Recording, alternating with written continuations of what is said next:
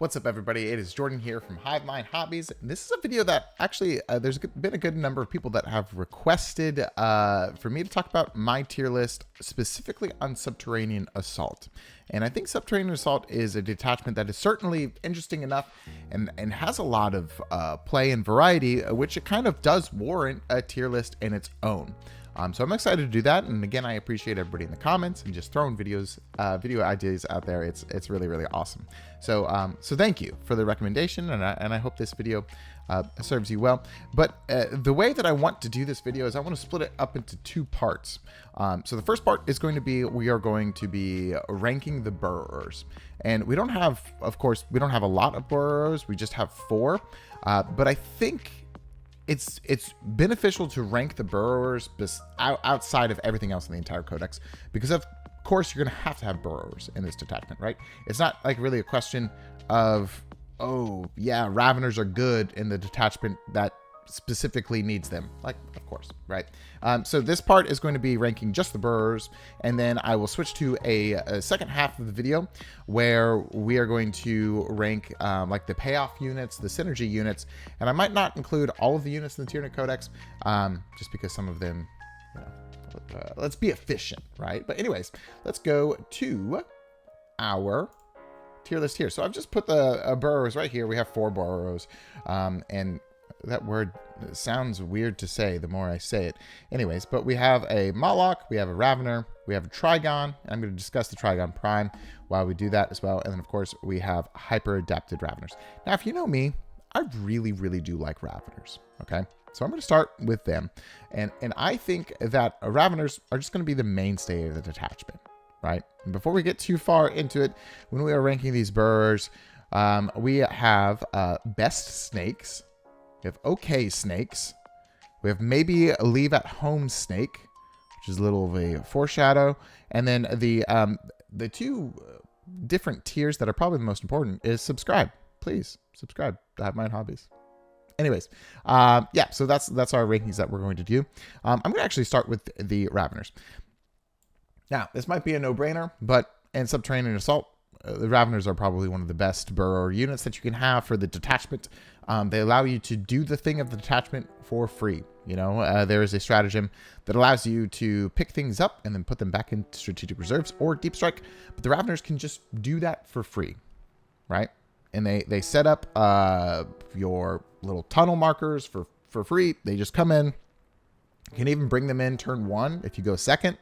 They're just going to be your bread and butter. When I'm making a Subterranean Assault list, it starts with 2 Raveners, right? Like that's pretty much what I'm going to start with. In my opinion, you kind of have to have 2 Raveners in order to really, really function. And then everything else from that just goes from there. And then it's like, what are the Raveners bringing with them? And I also really like the Raveners as the 5-man, of course, because the 40mm bases, and if you string out with coherency, you can actually really dictate where the tunnel marker is. And you can do it in multiple different spots. And that might be hard to conceptualize without looking at it, but stringing out 5 inches of those Raveners, or 5 of those Ravener bases, and then really being able to tell where that is going to be placed is very interesting. You can do some very interesting things with placing your tunnel markers, just because it is more than a single model unit. Now, when we're talking about burrowers, I think the next thing to look at is the Ravener Prime, not Ravener Prime, excuse me, the hyper-adapted Raveners. Now, the hyper-adapted Raveners serve kind of like a different purpose, right, than the Raveners, and I do like them. I do. And you can have some flexibility of either attaching them with the Raveners or leaving them out. They can rapid ingress for free. They can, you know, just really punch anything in the game and just kind of delete it if they're attached with other Raveners. So it makes them very, very strong. However, they are not good at setting their own tunnel markers, right? Like if you have Raveners, or hyper-adapted Raveners, you also have to have Raveners bring them in first, right? And then at that point, you're kind of using 2 of your burrower units in order to bring in hyper-adapted Raveners. So one thing that you could do, I guess, if you're attaching them, you can bring in a Trigon and have that Trigon come in a little bit closer or something, and then you can finagle. But then at that point, that's almost like 500 points of stuff that you're bringing in. No. Yeah, it's almost like 500 points of stuff that you're bringing in. And your Trigon is probably not going to be able to charge. Your Raveners, absolutely. But oftentimes what I like to do with the hyper-adaptive Raveners is use that rapid ingress for free. When they rapid ingress, they still create that tunnel. And then the next turn, you can use that tunnel to then pop out your Trigon or your Moloch or et cetera, et cetera. So I definitely think hyper-adaptive Raveners are good. And I really enjoy the flexibility of having them attached or detached with the Raveners. I just don't think maybe they're always what you're going to bring. I think you might oftentimes bring in a Trigon Prime as your other half of your burrower package instead of the hyper-adaptive Raveners. So I'm going to put hyper-adaptive Raveners in this silly, very quick tier into okay snakes. I think they are good. I think they are good. But I just think the Raveners are going to push them out a little bit, and then maybe the Trigon as well. So let's talk about the Moloch.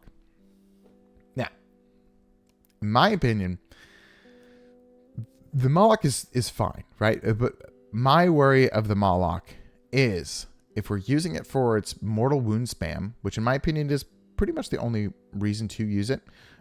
You can't come out of the tunnel. You can't come out of 6 inches. And you can't like do the mortals and then charge, right? You can't expand the 12-inch bubble in which the Moloch is able to create those mortals, which definitely puts a damper on the power level that it could. I feel like if the Moloch could do that, like if it could come just outside of 6 inches and you were able to do that 12-inch bubble of mortal wound spam even further, that would be pretty crazy. And there's probably a pretty strong opinion as to why they said no to that, right? But for that reason, I think Molochs are in the maybe leave at home snake category. If I'm being honest with you, I don't think I've really built a Subterranean Assault list just yet where I'm spamming a bunch of Molochs. I will say, however, that in a lot of units that are maybe just okay, the more of them you have, either two things will happen, right? Either your army list will get exponentially worse, right? And I think most of the time, that is what happens. However, there's a chance where you could present a skew of triple Moloch and a bunch of mortal wounds and board coverage where it could actually do a good amount of damage and could do a good amount of disruption as well as battle shock, yada, yada, yada. That seems cool. However, unless you're going full tilt into triple Moloch, really spamming that battle shock, then I don't know. All right, so I'm going to rank the Trigon in two different ways. I'm first going to rank the regular Trigon, and then I'm going to talk about the Trigon Prime. Okay, so let's talk about the regular Trigon.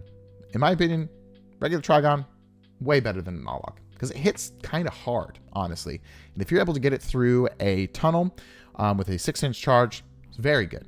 I think that is fine, right? It's still a good chunk of points to be dedicated to it. It doesn't have an invulnerable save. It dies, honestly, pretty easily. And if you fail your 6-inch charge, then it's over, right? And it's pretty not great. So if we're ranking the Trigon, I probably bring a Trigon before I bring a Moloch, right? And I think that's fine. But honestly, the reason why I'm so hesitant to say, yes, bring a bunch of Trigons into Subterranean Assault, like, Jordan, of course, why wouldn't I bring a bunch of Trigons in my Subterranean Assault? It's literally the snake tunnel detachment. But the thing about Trigons is the Trigons, you don't really want the Trigons to set the tunnels because that means either they're going to have a 9-inch charge or actually that's it. If they're setting the tunnel, then they're going to have a 9-inch charge, right? I mean, I guess they could come out of a tunnel outside of 6 and then create another tunnel. Man, this detachment's wild. But the thing is, they want to be a payoff unit. And we're going to have a second half of the video talking about other payoff units.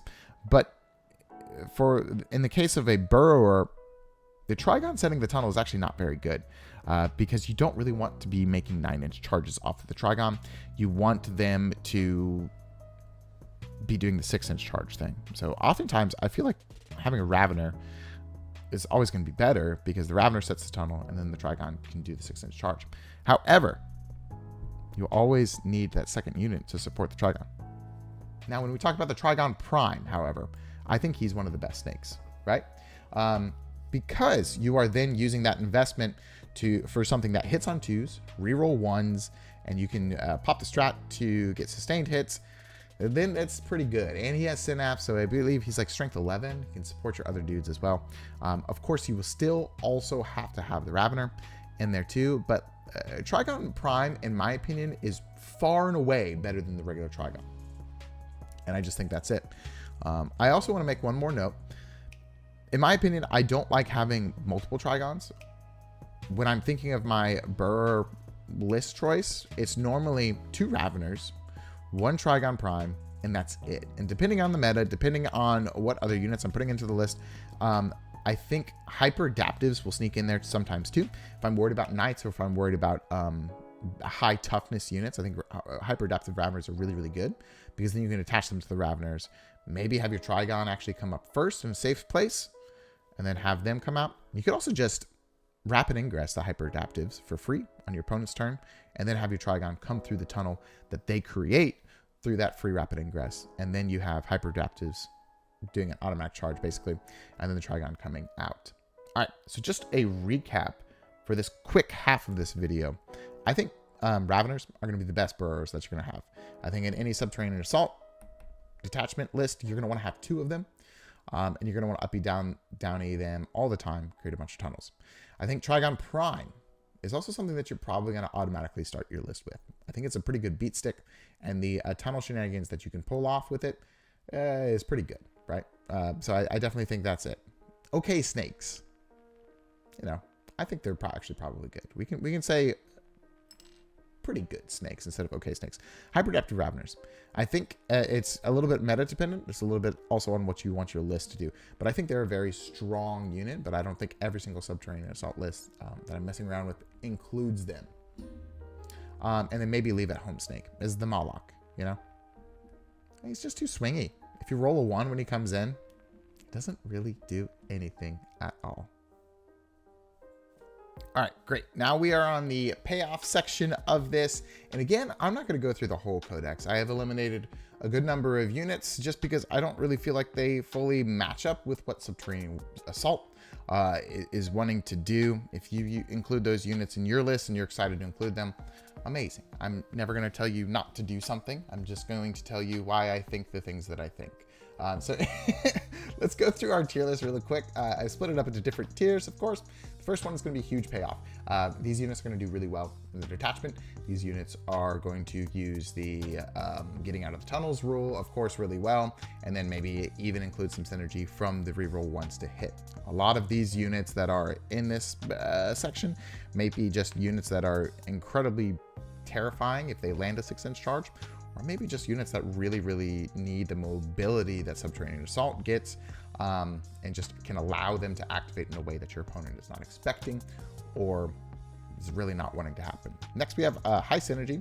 These units are going to make pretty good use of the detachment rule, and they use some of its rules as well, but maybe it's too big of a points investment.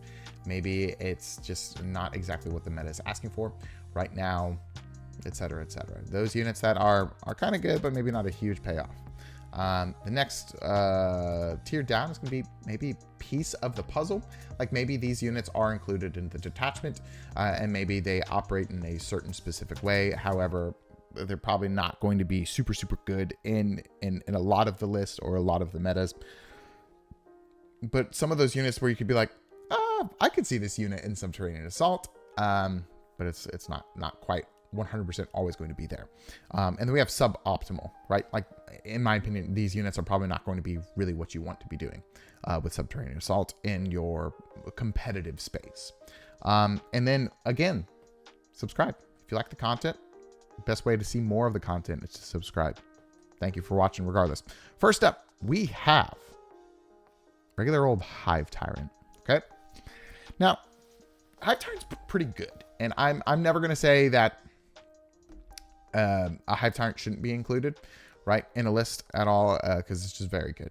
However, I think most of the time when you want Hive Tyrants, you honestly want the Assault aura that it has and the Lethal's aura. Now, Subterranean Assault doesn't really care about how fast you can move, because you can just be almost anywhere on the table that you want at any point in time. And I think that is a very clear distinction as why we are not seeing a whole bunch of Hive Tyrants, specifically in Subterranean Assault. But you could kind of make an argument for him just because he is so good. Oftentimes, I feel like people are spending around 20 points extra for a different unit that we'll talk about very soon. And for those reasons, I'm going to put Hive Tyrant bottom of piece of the puzzle, or maybe a top of suboptimal. We will see where he gets, but he's a very good unit. He just doesn't make the most off of what Subterranean Assault wants to do. I hope that makes sense. Moving on, we have the Flyrant. I actually quite like the Flyrant. I had a couple of lists that I was using the Flyrant on, and it's pretty good. You know, I do think that Subterranean Assault, I don't think you need a whole lot of command points, but you need to really, really be wise with how you spend your CP. And then just having the Flyrant kind of being able to get around a little bit easier than the Hive Tyrant, of course. It's pretty good. It's not bad. And then its -1 attacks ability is also pretty strong. I think he is better than the Hive Tyrant. But not necessarily, you know, something that I'm super, super excited to include him into my army list, right? So yeah, I think he's above the Hive Tyrant. You know what? Actually, I'm going to say the Walking Hive Tyrant is going to be suboptimal for right now, and just to kind of make a clear distinction between the Flyrant and the Walking Hive Tyrant. Now, next up we have Swarmlord. If you haven't seen my video on this channel, I said that the Swarmlord was the GOAT in Subterranean Assault. I kind of think he is. I think he's pretty good, right? He has 8 attacks, I believe, hitting on 2s, and because of Subterranean Assault's extra ability of rerolling 1s, it's pretty good, right? Hitting on 2s, rerolling 1s, and then he's Twin Link, so basically all of his attacks get rerolls. He also has a very strong Flamer, so you can come out of a tunnel, you can flame, and then really mollywop somebody in combat. In addition, teleporting a vector aura of 12 inches around the field and really telling your opponent, stop. Can't do that. That's very, very strong, and I think that's a very important thing. He's like basically our build your own Calidus assassin, right? Because we can just, the Calidus assassin jumps all around all the time. Why can't our Swarmlord? So for right now, I'm going to put the Swarmlord in the top of huge payoff. And also, you should check out the Swarmlord is the GOAT in Subterranean Assault video that I posted. I'll put it at the end of the video. Cool.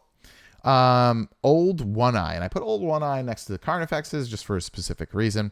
I think Old One Eye by himself is pretty good. Like, he's 150. You get reroll 1s to hit. So, I mean, you're a little bit more efficient. More of your attacks will hit because of that. I don't know. I just think he doesn't always kill exactly what he needs to kill, right? And I mean, he is a beat stick, and he does regenerate on your opponent's turn as well as your own. So he's very hard to get rid of, right? And if you land a 6-inch charge with him, it's pretty annoying. So, you know, he's okay. I think he is actually better than the Flyrant, assuming you have some kind of CP management. If you're not taking the Swarmlord, I think he's worse than the Flyrant. If the Flyrant is the only Hive Tyrant that you're taking, then of course the Flyrant's going to be better than Old One Eye. But if you're already having Swarmlord and you're, you know, choosing between the two of them, then maybe Old One Eye is just going to be able to use the detachment a little bit better and getting him into combat. Now let's talk about Carnifexes. When I'm talking about Carnifexes, there's 2 ways to talk about them. You can do singleton Carnifexes, right? And then just kind of use them as distraction Carnifexes. They're 90 points now. Wild. Very, very cheap. You know what else is wild? I still really don't want to use them, you know? So I think, honestly, the singleton Carnifexes is not something that I'm really excited to use. And that's very unfortunate. You know, Games Workshop said, here you go. Let's have some Carnifexes on the table. And the Tyranid players were like, ooh. And then we read the Carnifex data sheet again. It's kind of tough. Okay, so if we're talking about singleton Carnifexes, I think singleton Carnifexes are suboptimal, right? I just think we can use our points better still, even though it's only 90 points. Boom. Now, if we talk about 2 Carnifexes conjoined with Old One Eye, what is it? It's like 320 points or something. That's pretty cool. If they land a 6-inch charge, you know, maybe they have some shooting and some melee. It's pretty good. You know, if you are wanting to invest 320 points to one big hammer unit that is really, really, really going to devastate your opponent and make it really tough for them to do their thing, I think that's good. And if I'm being honest with you, if we're thinking about like unit investment, I think I actually like the 2 Carnifex and 1 Old One Eye blob better than I like Old One Eye on his own. And that might be crazy because that's like a whole bunch of more points, but like getting 2 Carnifexes and Old One Eye into a very important area of the board and just saying, what can you do with these guys? I think that's pretty strong. And I would be more excited to run that than Old One Eye himself. Anyways. All right, gargoyles. I think a lot of lists are actually not running gargoyles, which is kind of strange because if you think about like how the tunnels want to be, a big thing about it is you can have your gargoyles come out 6 inches away and then they can shoot and scoot. And so they're basically right up on your opponent's face. That's pretty cool, right? However, I mean, if you also think about it like with normal deep strike and any of the detachment, you can just do that. You know, and I do think Subterranean Assault lists, the points get so tight so quickly that oftentimes we would rather have Hormagaunts or something that are just going to immediately control the board just from turn 1 and maybe push your opponent back as opposed from deep striking with that. I think a lot of our deep strikers are either going to want to deep strike in order to activate and shoot and do something really cool and damage your opponent rather than controlling the board because... I don't know. Maybe you have a gargoyle squad on the table, but it's weird because if you think about like how they deep strike and the maneuverability of Subterranean Assault, you would be like, oh, gargoyles, this could be pretty good. But I just don't really feel like a need necessarily for gargoyles in this detachment as opposed to some others, right? And then in that reason, I'm going to put gargoyles. I actually probably like gargoyles better, me personally, than the Carnifex units. So I'm going to put them at the top of piece of the puzzle, question mark, right there. Next up is the Hormagaunt. I don't know. Same thing with like Hormagaunts. I think the reason why I see people maybe take Hormagaunts more than gargoyles is because they're 20 points cheaper. And so that's like really tough to consider in a tier ranking system because like, I don't know, is the only reason why you're taking them because they're 20 points cheaper? Does that make them actually better than gargoyles? Or whatever, you know? So I think Hormagaunts are kind of tied with gargoyles, maybe a little bit better, but it's like weird because gargoyles definitely control the board better and they maybe make use of the tunnels better than the Hormagaunts. But I feel like when you're looking at gaunts for Subterranean Assault, it's basically how many points do you have? Okay. And then if you have the points for them, sweet, do it. All right. Exocrine. This seems kind of weird, but I think Exocrines are actually okay in Subterranean Assault because they're just good, right? They don't really... I mean, I guess they get their own buff before they spread it to other monsters or other units.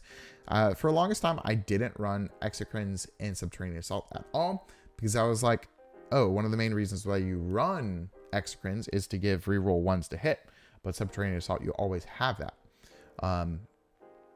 So I was like, what's the point in running an Exocrine? And the point in running the Exocrine is it's a good gun. It's a good gun, right? And then the Exocrine can pretend like a different Exocrine has already shot at that unit by then getting reroll 1s to hit from the detachment.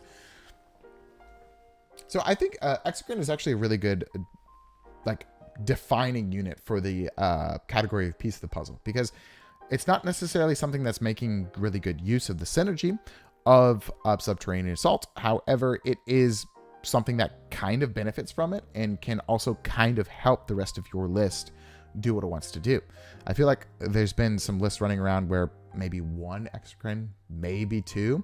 I don't think this is a detachment where you are like windmill slamming 3 of them in and then you love it, right? I think maybe it's a piece of the puzzle, and that's kind of one of the reasons why I settled on that strange name for this tier list. But Exocrine right there. Okay, Gene Stealers.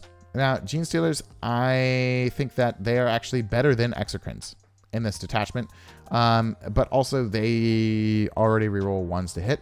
But one of the problems for Subterranean Assault is you want board control, and Gene Stealers are actually pretty good at board control.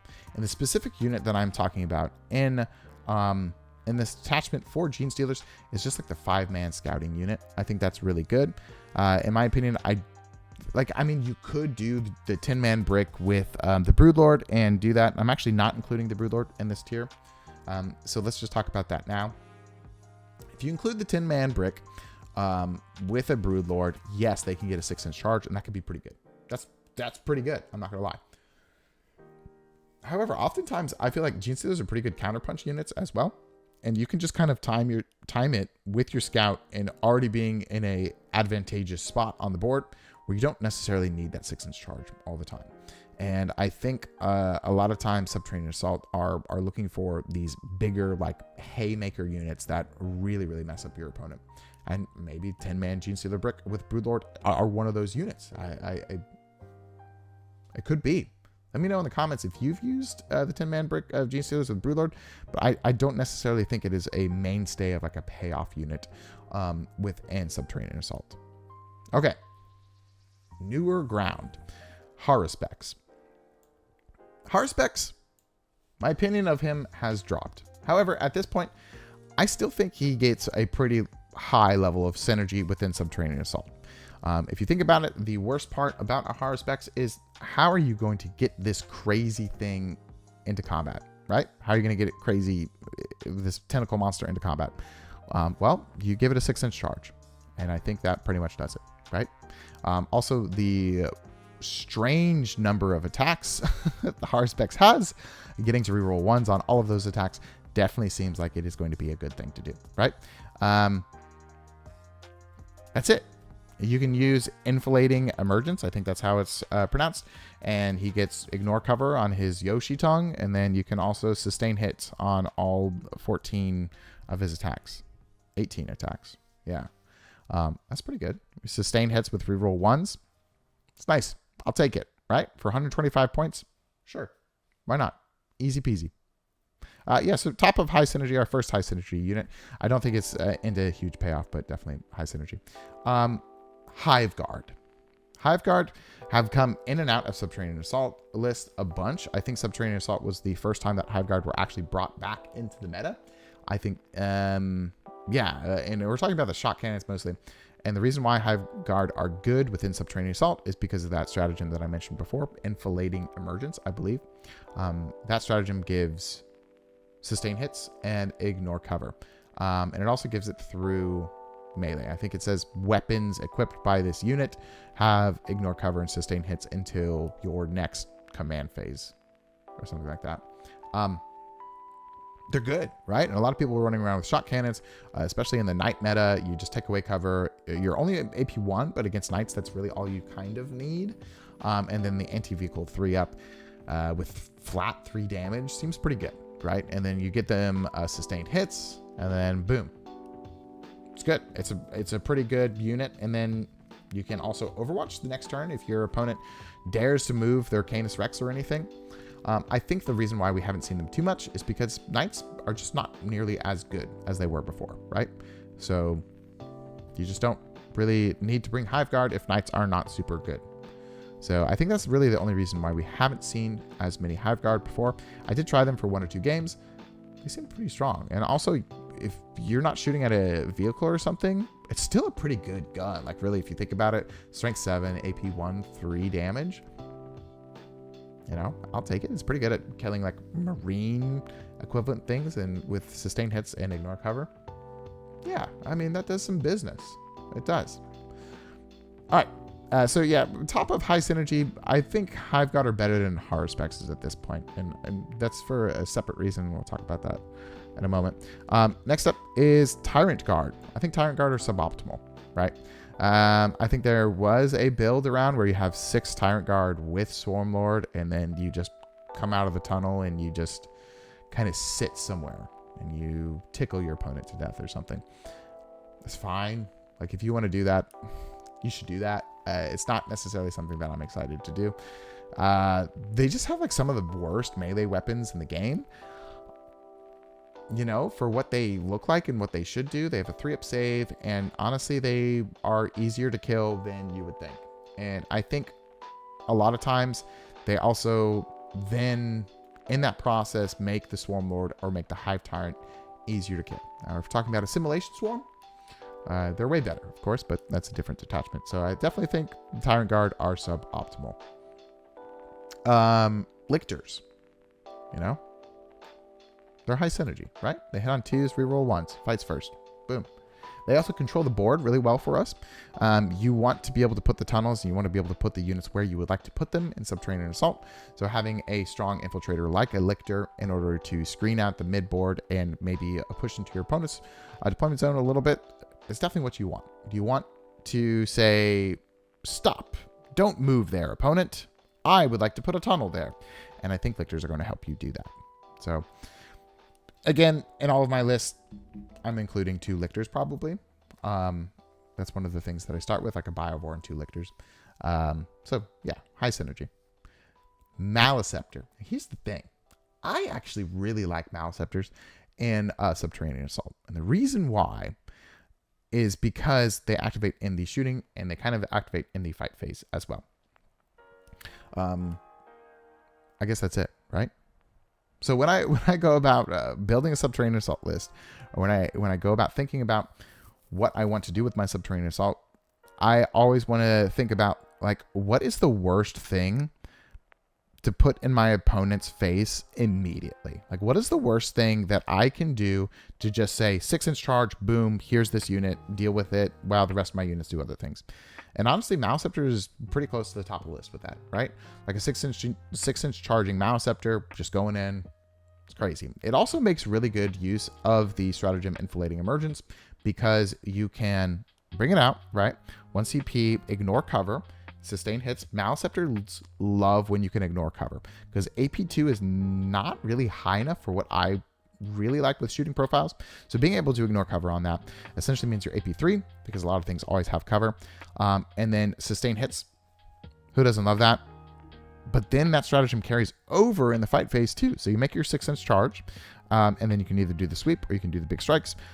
Yes, it's not the best melee unit at all, but it definitely makes pretty good use of both of those phases. And for 170 points, I don't know. Sign me up. I think that's pretty good. And then when you make that 6-inch charge, because of course you'll never fail your 6-inch charges, right, folks? Yeah. But when you make that 6-inch charge, then anything that's next to the Maliceptor is going to be -1 to hit, and then maybe -1 to wound as well. It's pretty good. I know some people really don't like the Maliceptor in Subterranean Assault. I'm not one of those. I think it's kind of cool. Norn Assimilator. It's suboptimal, folks. I'm really sorry. I know you can like bring it out of your tunnel and then get a 4-inch charge after you shoot like a vehicle or something, and then you get 15 OC maybe on a point. Like, that's fine, right? But it's like 270 points. Yikes. I don't know. That's a lot. And then it doesn't have an invulnerable save, and I just feel like 270 points and only a 2-up is not really worth it at this point, because like we have a bunch of units out there that are running around with like AP5 or AP4, like our Tyrannifex AP4. Like, I don't want my Norn Assimilator to charge into a Tyrannifex or to be shot at rather by a Tyrannifex. That's really scary. AP4, so at best I get a 5-up save because of cover or something like that. That's gross, right? And then I feel like assimilators want you to be more aggressive, and depending on where you're deep striking out of your tunnel, you're not necessarily going to be able to land on an objective, right? So, I don't know, suboptimal. Norn emissaries, folks. I love Norn emissaries. I really do. They are very fickle. They either melt immediately, they either melt so quick, or your opponent literally cannot do anything to them. Those are the only two options you have. When you are picking Norn emissaries, you are basically taking a true or false test. You're handing it to your opponent, and you say, opponent, can you kill this Norn emissary? Or rather, let me actually frame it. Opponent, you cannot kill this Norn emissary. True or false? And if your opponent circles true, great. That's awesome for you. False, they kill it immediately. It's 260 points down the drain, and you're very sad. I don't love it, you know, but it's so cool. And I really do think the synergy of a Norn emissary is pretty high in Subterranean Assault, and that's why I've put it to the top of high synergy. I think, like, Norn emissaries are getting sideswiped a little bit by the C'tans that are running around, because if you think about the profile with C'tans, it's basically a Norn emissary without the high OC, right? They have a 4-up invulnerable save. They have a 5-up feel no pain. You've just described a Norn emissary. So people who are aiming to kill C'tans now, because C'tans are spooky, in a roundabout way, they're also aiming to kill Norn emissaries. So, you know, we're just getting got by that kind of. So I still think they're top of high synergy. I think they're fun. Maybe 1 or 3. 2 Norn seems awkward for some reason. I don't know. But I think they're higher than Hiveguard, in my opinion, right now in the meta. Maybe. So they're top of high synergy. Maybe I'm a little bit biased. Okay, Psychophages. Psychophages are cool. I think Psychophages really pay off in like this package deal where you have like a Harspex and a Psychophage come out, and then they flame, and then your Harspex's little attacks get AP2, and then the big attacks get AP3, which in my opinion they should already be at. But I think that's cool. I think Psychophages are definitely high synergy because they come out, they benefit from a 6-inch charge. You know, throwing a Psychophage in somebody's face is not really where they want to be. And then also helping out your Harspex by essentially getting it +1 AP and melee, or, you know, something else like a Norn emissary getting AP3. That seems pretty good, or anything else seems pretty strong. You know, I like Psychophages. I'm gonna be honest, I still think maybe they're a little bit too expensive. Maybe at 90 points. I don't know. I don't want to ask for too much, but like, anyways, so I'm going to put them near the bottom of high synergy, just above the Lictor. Of course, I think Lictor's a better unit, but if we're talking specifically payoff and synergy for Subterranean Assault, I think that's where it's going to be at. Screamer Killer. Screamer Killer. I think a Screamer Killer is better than a Maleceptor and worse than Hiveguard. So I think it's near the top of high synergy. I think it's better than a Harspex. Like, honestly, I think you're just taking Screamer Killers if you were taking Harspex before.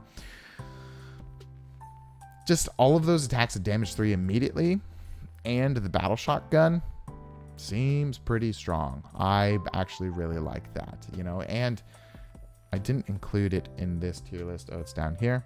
Neurolictor. If you're taking Screamer Killers, I think Neurolictors become good, right? Because you do the 1-2 punch of, I scream at you, and then now I'm also +1 to wound. And the fact that the Screamer Killer can jump out of a tunnel and kind of navigate its way around the board and really dictate where those battle shocks are going alongside a Neurolictor, that's pretty good. So I'm going to include Neurolictor and Screamer Killer. In my opinion, I'm not really including Neurolictors all the time in Subterranean Assault, but if you're bringing Screamer Killer, I think you definitely flex the 10 points to upgrade your Lictor to a Neurolictor, because it's a pretty good combo. So near the top part of high synergy. All right, moving along. Tyrannifex with Rupture Cannon. Huge payoff. Huge payoff. I think it's one of the best units, and might be crazy, right? I don't think it's crazy. But I think Tyranids are kind of pigeonholed into, if we really want a good anti-tank gun, well, you bring a Rupture effects, right? Especially if you don't have a big access to lethals. And the Tyrannifex just can get anywhere it wants. And the way that its gun can just see through anything, like positioning it, and the fact that you can be 6 inches away of something is very, very strong. I think a lot of lists include Tyranid, and it's because you could just get crazy angles in Subterranean Assault that you would absolutely not be able to get in any other detachment. It's just good, right? And it's weird to think that a Tyranid is one of the top of the list, but I generally, truthfully think it is. And please correct me if I'm wrong in the comments below. You know, I'm okay with being wrong, but I would love to hear your thoughts on why you think I'm wrong. But I definitely think it's near the top. And then re-rolling ones to hit, basically, it's not exactly +1 to hit. Like, you're not exactly getting heavy, but it is kind of close to it. With only 2 shots, any amount of consistency you can get with it, it seems really strong. And just always being able to re-roll those ones, it definitely puts you in a spot that makes you comfier than just hitting on 3s, right? Because you're probably going to be hitting on 3s with this guy as opposed to standing still most of the time in Subterranean Assault. I also think there's some amount of play with the acid spray, just because getting angles that you wouldn't normally be able to get on a flamer seems pretty good as well. And then the fact that you can just put him somewhere he normally would not be able to get, and the next turn, if your opponent wants to move out in a way, you can say Overwatch, and then boom, gotcha, you're done. That seems pretty good as well. But I think most of the time we're just on rupture effects. But you know, it's worth thinking, like, should we be bringing acid sprays? Could be cool. Von Ryan's Leapers. Von Ryan's Leapers play a pretty good role of controlling the board as well, just because they can string out pretty far and then kind of box your opponent in.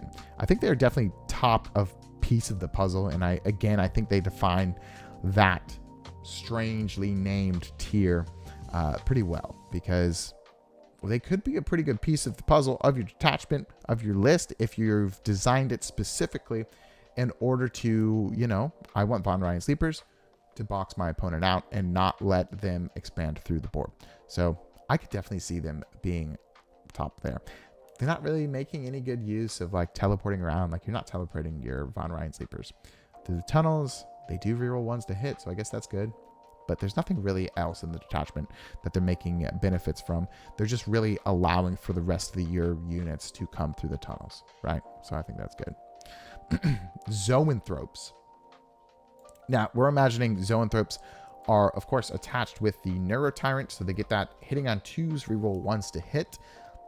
And they're going to be the bottom of huge payoff. I think they're our last unit that is really going to be making use of the detachment rule within this tier list to that point. If you think about it, Inflating Emergence, it's tough because, like, this detachment is, what am I going to get a 6-inch charge with, and what units make the most out of this one damaging stratagem that we have in the entire detachment, right? So you pick your units that you really want to get 6-inch charges off, and then you pick 1 or 2 units that you think really make good use of the Inflating Emergence. And Zoanthropes, right? Because you either get the Blast Cannon, which is lethals and sustained. So you can double up on 6s, just roll a bunch of 6s, you'll win. Or you get the Blast Profile, which is AP2, which absolutely loves Ignore Cover. Holy crap, that unit loves Ignore Cover. And Sustain. So it could be like a whole bunch of shots at Sustain and Ignore Cover. Or, you know, 6 shots that maybe you get 1 or 2 extra because you're hitting on 2s, re-rolling 1s. So if you have 6 attacks, right? Let's say you rolled your dice exactly how they're supposed to. So 1, 2, 3, 4, 5, 6. So already you're at 100% efficiency, just because that 6 up there basically converts to that 1 that you rolled, and then you re-roll that 1, and then hopefully it's not another 1. I don't know. So on Jordan math average, big air quotes on that average, you could get like 7 attacks to hit, and then 1 of them is a lethal, and then 1 of them is sustained as well. It's just really good. I will say, however, my Zoanthropes have bounced many a time and have made me sad. So be wary of that possibility to happen. So yeah, this is my list of what I think traditionally you see included within a Subterranean Assault, and just a good discussion with it here. What do you think? Yeah, let me know in the comments below if I should have included a different unit, a unit that maybe you love, and that you've been bringing a Subterranean Assault. And I would love to have a discussion in the comments. As always, thank you so much for watching. Thank you so much for the support. And I hope you have a wonderful rest of your day. Bye.